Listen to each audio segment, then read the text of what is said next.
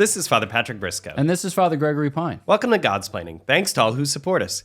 If you enjoy the show, please consider making a monthly donation to us on Patreon. Be sure to like and subscribe to Godsplaining wherever you listen to your podcasts. Father Gregory, I think most of our listeners, I feel like I know our listeners pretty well at this point. Yeah. Not like everyone's name. Yeah. But, when I had a classroom of 30 students at Providence College, I forget half their names. Did you? But I was Bold safe. strategy. Yeah, I was safe because most of the girls were named like Caroline. Uh-huh. So that was pretty good. Sarah? Or Sarah, Kate, Mary Kate. Yeah, some kind of version some of variation that. of Catherine. Yeah, pretty good. Anyway, I think that I know our audience pretty well, and I think that most of them would be surprised that we would think it was important to do an episode on Catholic social teaching. I think you're right. But it is, in fact, very important to do an episode on Catholic social teaching. We need to convince each other if we're going to convince them. Maybe that's right. Father Gregory, why are we doing an episode on Catholic social teaching? This is how we do it. We get together for a planning meeting to determine titles of upcoming episodes, and usually we just say a bunch of words at the same time. Yeah, and my some favorite of those part words is get the strung darts. together. Yeah, and exactly. then the dice. Yeah, exactly. And then like the lots. elves. And then the reading of entrails. Yeah. Yeah, exactly. So this one came up. I'm teaching a class right now in Catholic social and sexual teaching, and I was like, what if I prepared for this episode for an entire semester? And people were like, We would love for you to give us a semester-long class at the Dominican House of Studies in 30 minutes or less. Yeah, exactly. No, I think like it's funny. When we hear Catholic social teaching, we often hear like a body of progressive opinions adapted to contemporary circumstances with limited or negligible efficacy. That's like, I think what a lot of people think of. They're just like, yeah, it's like the church getting involved in social justice, right? And there are probably people who went to Catholic universities that aren't, as strong as they come when it comes to identity and mission. That the only thing left right now is Catholic social teaching of their Catholic heritage. I remember one time I went on a retreat. I was not in charge of this retreat. I just like to say that at the outset.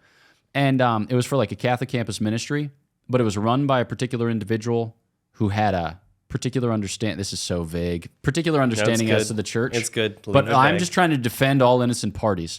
Right. And so like the formation period of this retreat day was the individual distributed themes from Catholic social teaching to the students who were required to make little groups and then come up with like poster board lists of activities that they could undertake during the semester so as to live out these principles of Catholic social teaching. And I remember like one kid like getting the term subsidiarity, and this kid had no idea what it meant. And then the squad got together and they're like, people were looking it up on their phone, and then they just got to making lists. And like they came together for the presentation at the end. They're like, number one, we're going to buy fair trade coffee. And I remember having the thought, like, our Lord Jesus Christ Phenomenal. took human flesh, suffered, died, rose from the grave to deliver us from the wages of sin so that we could make stupid, like, fair trade coffee lists. I was like, Lord, save us. And I think a lot of people engage with it on those terms, and as a result of which they have, like, no patience for it or no interest in it, and it just seems silly. But, as it turns out, Catholic social teaching, it can bear, or it does bear, the riches of the church's tradition for us in our kind of social and political lives, but we have to get there in order to appreciate it. Right. Well, you just said one of the buzzwords that I wanted to get to very early on in this episode, which is that if people have heard the phrase Catholic social teaching, one of the contexts which they've surely encountered it is the political context. Yeah. Because the church is political. This makes people very uncomfortable. The claims that are made in the gospel, in fact, have downstream consequences in the way that we live. This is the whole challenge with the Obama administration on the contraceptive mandate. Christianity is not simply about the way that we worship, but it's about the entirety of our Christian lives, the entirety of our lives, the entirety of the way we live. So it's not enough to say that freedom of religion in the United States is the same thing as the freedom to worship or the right to worship, that in fact, dogmatic teachings of the church do have political consequence. So the church is going to be involved in politics, and there are very important reasons for that. But I think that the way that the phrase Catholic social teaching is often encountered is in line with social justice mandates, that prescribe a set of political ideals or a set of political goals or a set of political aspirations that are just kind of loosely baptized. Yeah. So someone will make a statement. Often it may represent something exclusive in a political platform, and then cite a Bible verse or a vague kind of teaching of Jesus.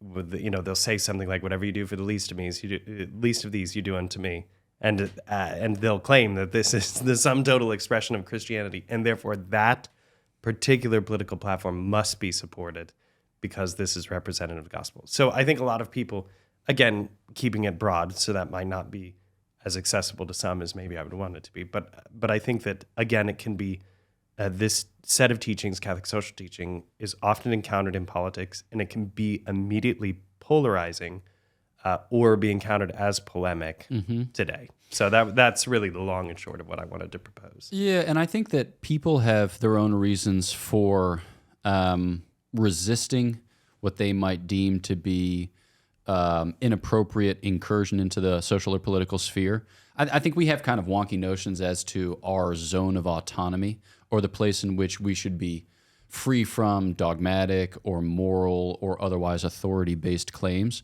I think a lot of those notions are wrong.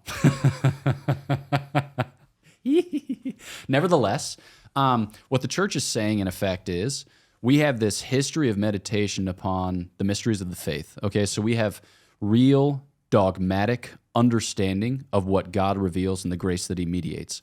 We also recognize that has a profound moral impact. Okay, so that translates to a way of life, as you described, that has very concrete, very particular, peculiar influences, or that ought to have very concrete influences or consequences in our lives.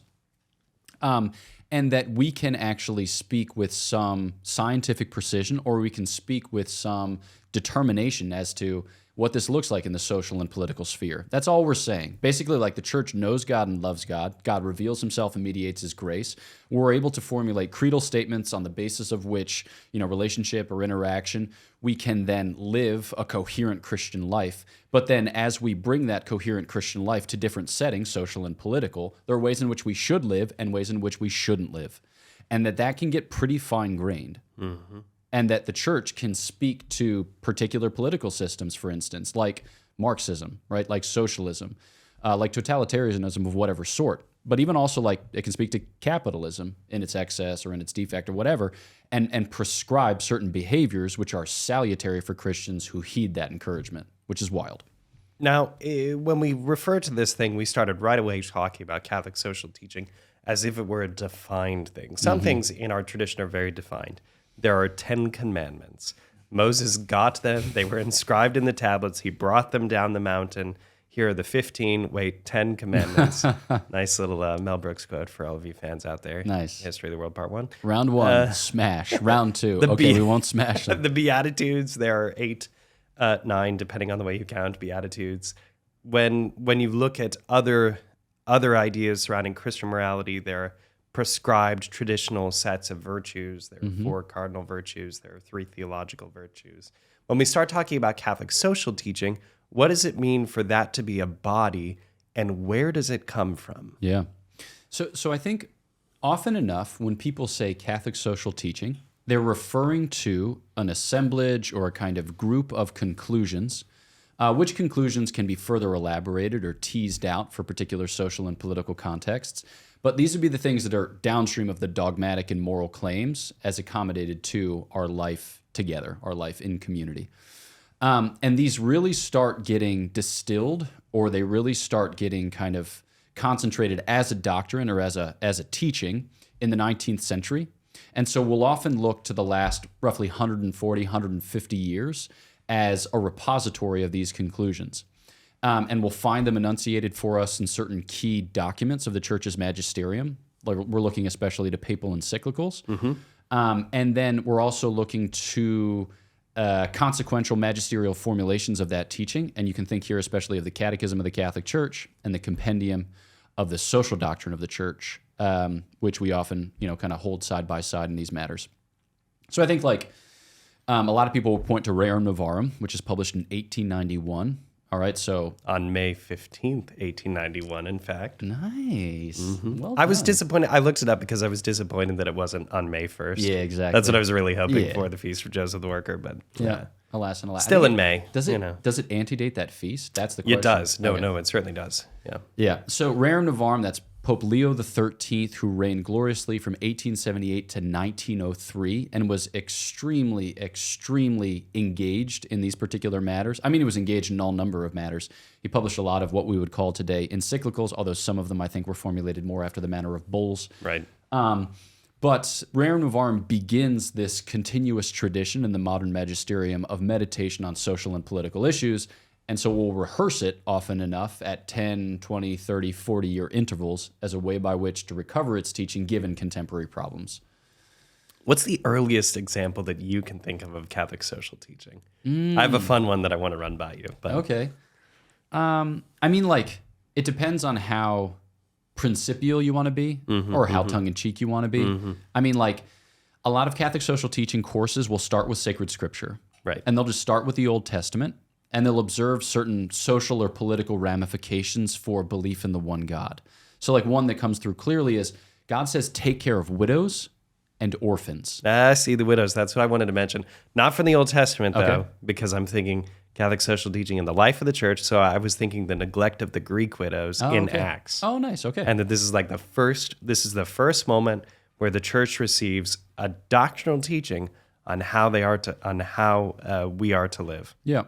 So The basically, distribution of bread must be equal. exactly. And so it's like the idea is that our belief, our profession, informs the way in which we live, not just in its individual realization, but in its communal realization. And so, like, you'll see society breaks down in certain places, and like those who are most exposed are often those who are cut off from a family unit. Because in the Hebrew culture, it was the family unit that really provided everything. You know, like wealth, defense, law, like legal justification, etc. And so widows and orphans were often cut off from the father's house and thus from the clan, thus from the tribe, and so exposed. And so you see, like, Hebrew law says, don't harvest the entirety of your crop, leave some of it unharvested so that alien sojourners, widows and orphans can pick up from what remains. So there's a kind of recognition there that we should have, or we should express, a care or a concern for those who might otherwise go without. But it's not just like these kind of what we would call, or what we would associate in the 21st century with like progressive measures for welfare. It concerns every aspect of our political lives. And so we'll often have these principles kind of enumerated for us, different length lists, but enumerated for us as informing our social and political vision.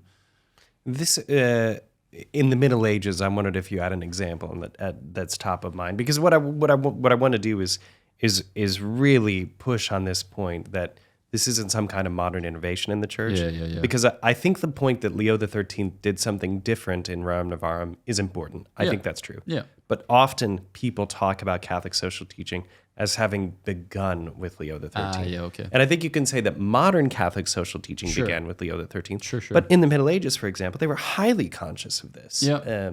B. Jarrett has a phenomenal book about medieval economics, for example, Yeah. that gets to this point. But We can think about our brother St. Antoninus of Florence, you know, who is known for helping, in effect, dissolute aristocracy, resolve their debts, and reestablish their kind of social and political liberty. Or you can think about, like, the peace of God and the truce of God, certain laws that grew up as a way of governing warfare, so as to ensure that it wouldn't devolve into barbarism. It's like you don't fight on certain days, you don't fight with certain frequency. There has to be pauses from combat. Otherwise, there's a real risk that you lose hold of your humanity in an environment where you're predisposed to lose hold in your humanity. There are various monuments. I don't know if you have others in mind. No. I think the point is made, right? Just this discussion of from whence it comes, and then to really flesh out and summarize the second point, it's not as if Catholic social teaching is 4, 7, or 10 principles Sure. handed down on the tablet. So how are these derived? Who gives them? How do we begin to navigate them? Where do we find the principles in this announced, enumerated, inclusive of Catholic social teaching? Yeah, I don't know that you find a particular encyclical in which they are all listed. You'll have encyclicals that underline certain aspects of our social and political life as important. So one that comes to mind is Laborum Exertions, which St. John Paul II wrote on human work. Or you might think of the pair Mulieris Dignitatem and Redemptoris Custos. A lot of people know about the former. Not many people know about the latter, which is about St. Joseph, but you can think about them as respectively about the feminine and masculine genius, taken together as a kind of testimony to the dignity of the human person. And then St. John Paul II writes in Donum, well, I guess, whatever. You have various papal pronouncements and then pronouncements of the CDF as to the dignity of life in beginning of life issues and end of life issues, which can be taken together as.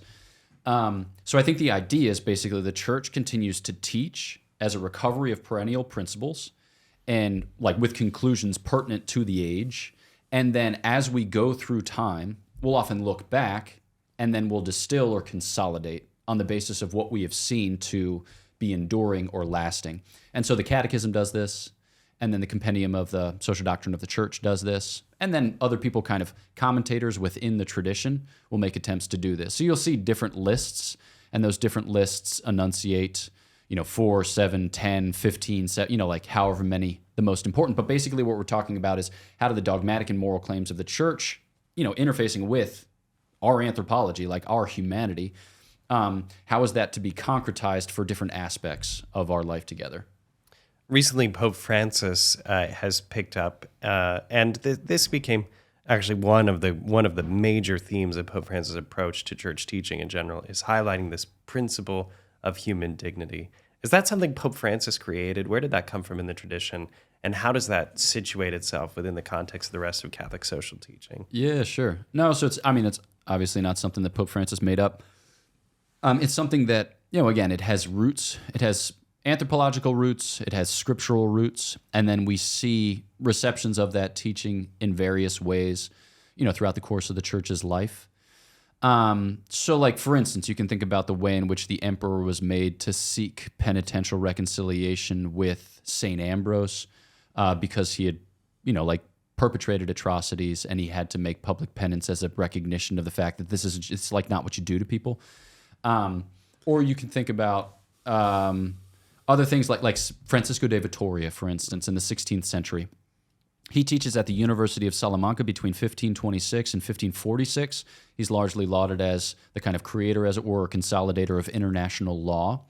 But he's receiving word back from the Dominican friars who went ahead to the island of Hispaniola, like Anton de Montesinos, who are, kind of getting the feel for things there in the New World and seeing that the encomienda system is, not good, that it's quasi-enslavement. to say it gently. And that very bad. And then it works contrary to the evangelization of the people whom they encounter there and the liberty of those individuals to which they were entitled. And so you have Francisco de Vitoria in his Relecciones giving a consistent teaching as to the rights of de Indies, like the rights of the indigenous persons on the basis of what he's hearing back and the principles upon which he's operating. So it's like this teaching of the dignity of the human person will look different depending upon the historical circumstances, insofar as those who are arguing for it are going to try to emphasize or bring out certain aspects on the basis of the ones with whom they're contending or the particular teaching that they're trying to advance. But it's been with us, but I think that Pope Francis is seeing all of the threats to the dignity of the human person in the 21st century, and he's trying to highlight it against that backdrop or as a way by which to recover something of the perennial tradition given the situation that we find ourselves in at present. Yeah, I very much agree with that. I think it's an essential foundational principle. And that whatever this list looks like, this one has got to be top three, if it's not the beginning point itself, right? And the reason is because, of course, it's so tempting to compromise human dignity for all kinds of reasons. Yeah. It's just so easy to treat someone as an inconvenience or to take advantage of another person. And this principle highlights that. I also happen to like it because of our own American tradition. Mm-hmm. There are certain inalienable rights, right, that are due human beings. And I think you must say that the human person is a particular kind of thing in order to derive those inalienable rights from it. And if it's a particular kind of thing, that particular kind of thing must have a certain dignity to it. So I sort of like it from an American perspective too. I think this principle can easily be derived from our American tradition and appropriated by American Catholics. And you think about it too with respect to the modern magisterium. So Rerum Novarum in 1891, Quadragesimo Anno in 1931, Mater Magistra in like 1961. 61, nice, there we go. And then Centesimus Annus in 1991. 91, boom. And each, each is contending against particular threats. So Rerum Novarum, the big threat is Marxism or socialism. So it really is working to recover the dignity of the worker, right? Which is an extension of this dignity of the human person, but specifically as having a right to the fruit of his labor and as having a right to the means of production in some kind of distributive sense. The historical consequence, I mean, as you're saying, the dates are really important, guys. We have to situate them. 1891, we're talking about the heels of the Industrial Revolution, and that's the context for this point you're making. Yep. And so he on both sides, in even-handed fashion, he's trying to acknowledge the excesses and defects of contending economic systems. So like Marxist socialism, and then kind of unchecked capitalism. And he's saying our vision should not just have the human person at the heart, but the human community, right? And that's like another principle that comes forward in the Catholic social teaching is this idea of the common good.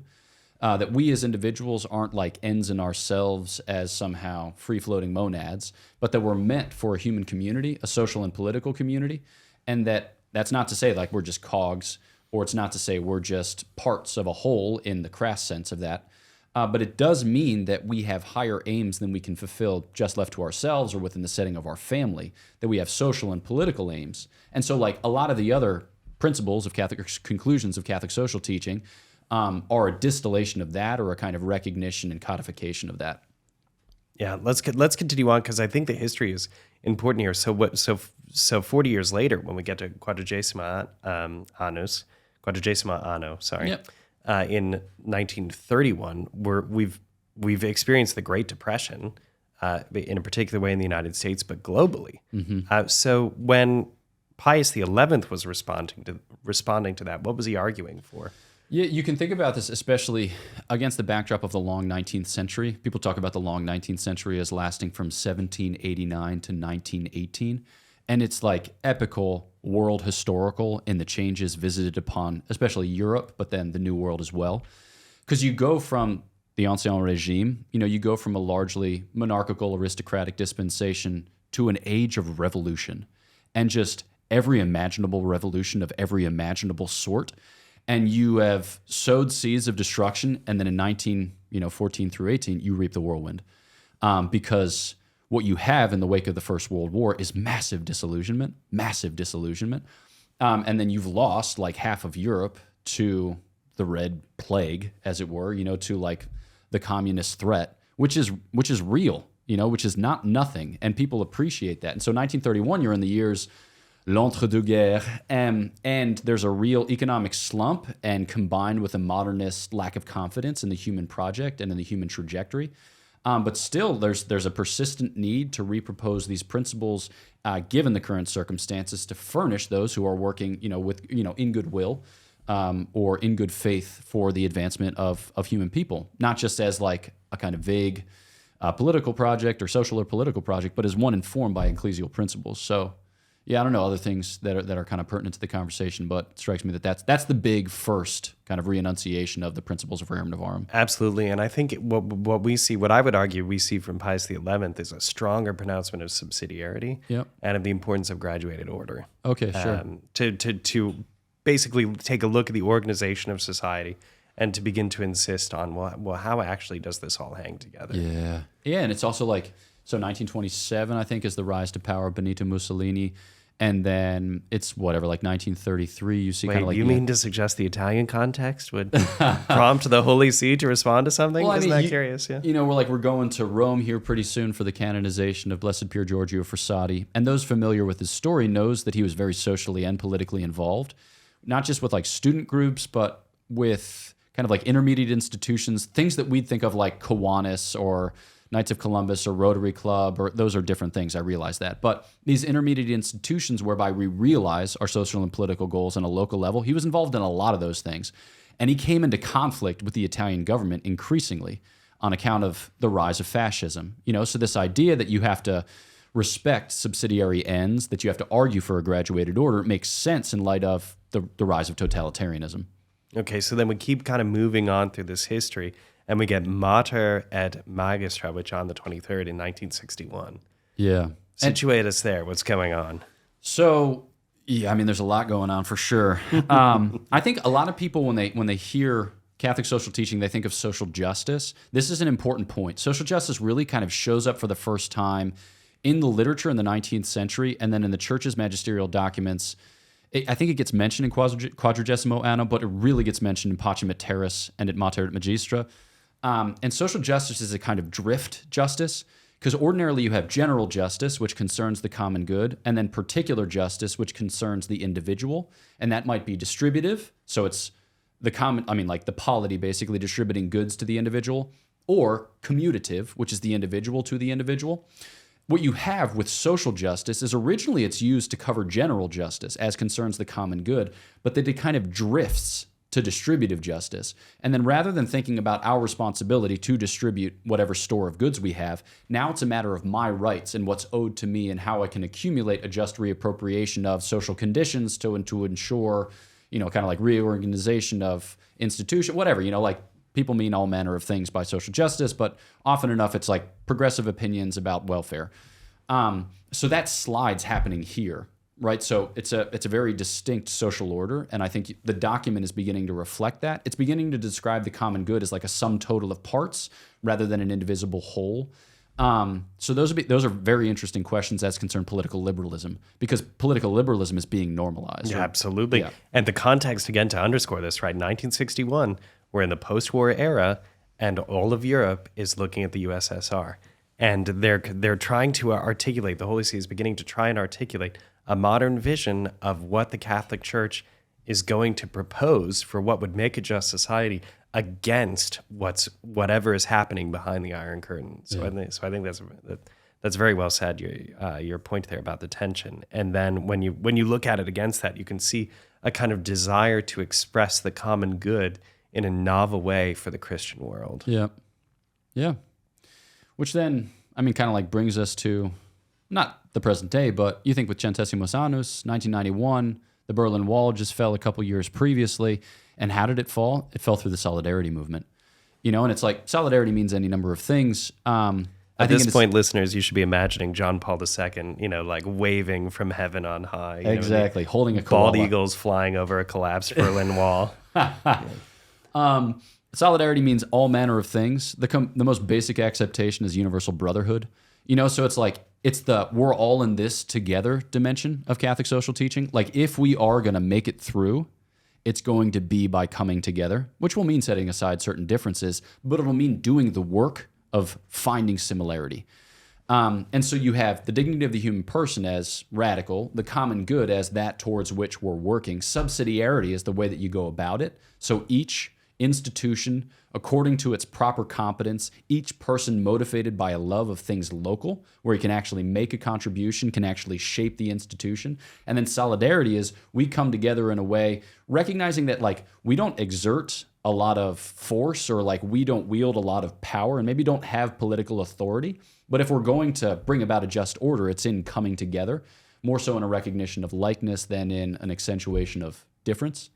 And so Centesimus Annus is one of the clearer enunciations of solidarity, attendant upon that earlier enunciation of subsidiarity, which gives us kind of like our main principles of Catholic social teaching. Father Jerzy Popiełuszko, the Polish martyr who was the great priest chaplain of the Solidarity movement, would often quote the Pauline imperative to carry one another's burdens, which is such a wonderful biblical summary of what solidarity actually means. To carry one another's burden. And in the context of solidarity, it was making it possible for workers to strike. Yeah. So to support the families that would be making a sacrifice because they wouldn't be getting the paycheck because the wage earners were on strike. So just to show how particular this gets in a context, the solidarity movement is such a phenomenal illustration of this. And in 1991, of course, we're talking about the post-Soviet dispensation. This is the post-Soviet era, and a kind of promise for what life after communism could mean for the Christian world, which is always very exciting. And we're 30 years downstream from that, and maybe that should be our next episode on Catholic social teaching. Yeah. Catholic social teaching after Pope St. John Paul II. Yeah. Caritas and Veritate being the big monument thereof. Yeah. So again, these principles I think are very well enunciated. I think the kind of historical progression is helpful for us to contextualize them and to see how the church's teaching builds upon